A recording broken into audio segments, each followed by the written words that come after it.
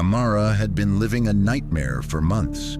Her son, Chidi, once a vibrant, joyful child, had fallen ill in ways no doctor could explain. What began as a mild fever soon escalated into something far more sinister: uncontrollable shaking, loss of appetite, and, at times, an eerie blankness in his eyes.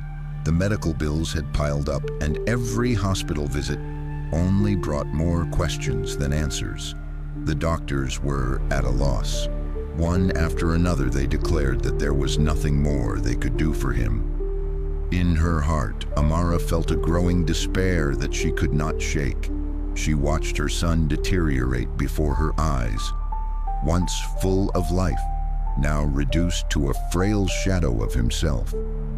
The house that had once echoed with his laughter now felt empty and cold. She prayed, yes, she prayed fervently, but each time she begged for her son's healing, it felt like her prayers went unanswered. Slowly, the hope she had clung to began to slip away. How could she keep hoping when the world around her seemed to give up on her son? Her faith, once unshakable, was now tested in ways she could never have imagined. One afternoon, after yet another exhausting trip to the hospital, Amara sat in the dim light of her living room, staring blankly at Chidi, who was lying on the couch. Her heart ached as she wondered if her little boy would ever laugh again, if she would ever hear his playful voice calling her name. She had begun to doubt even the possibility of miracles, and the weight of the world seemed to press down on her shoulders. The life she had envisioned for her son, filled with joy, health, and promise, felt like a distant memory. It was then, in the midst of her despair, that something extraordinary happened. Amara heard whispers of a prophet visiting their town, a man known for healing the sick and performing miracles. At first, the idea seemed laughable to her. She had heard of such things before, stories of faith healers and miracle workers, but they always seemed too good to be true. Still, there was something about the stories that tugged at her heart, something deep within her that said, "What if?"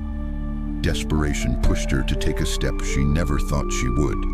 Amara wrapped Chidi in a blanket and, despite the exhaustion that weighed heavily on her, made her way to the place where the prophet was said to be. When she arrived, the crowd was overwhelming, but there was a palpable energy in the air. As people gathered around, talking in hushed voices, Amara found herself drawn to the prophet, a man with kind eyes and a presence that seemed to calm the storm in her heart. The moment their eyes met, the prophet's gaze lingered on her, as though he could see the very depths of her soul. Without a word, he motioned for her to come forward. As she stepped closer, the prophet asked her a simple question: "Do you believe that God can heal your son?" The question hung in the air, and for a moment, Amara felt a wave of uncertainty wash over her. Could she believe again? Could she really place her faith in something when her prayers had felt unanswered for so long? Amara hesitated.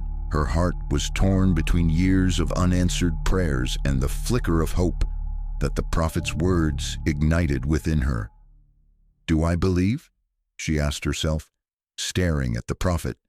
The question felt like an accusation, a challenge.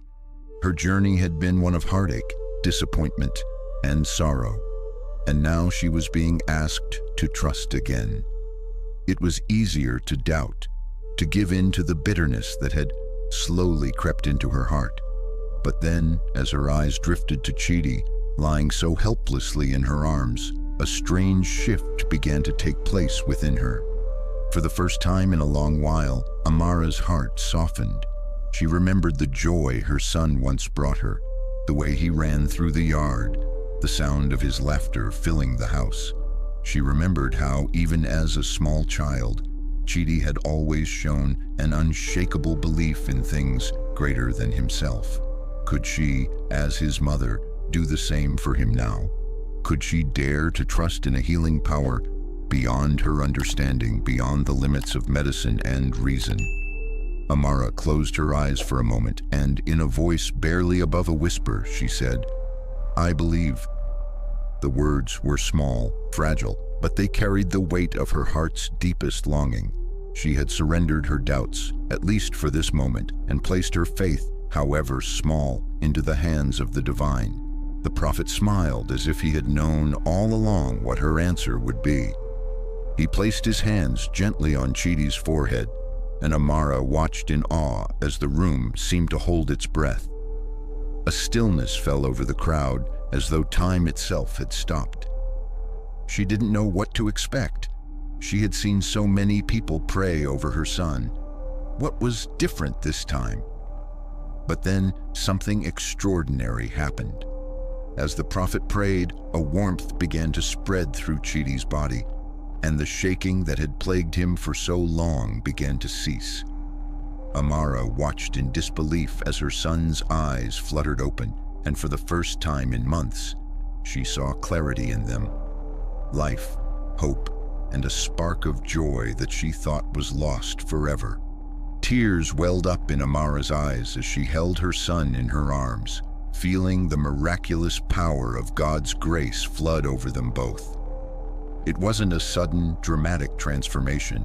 It was a gradual return of health, a quiet restoration that spoke volumes in its subtlety.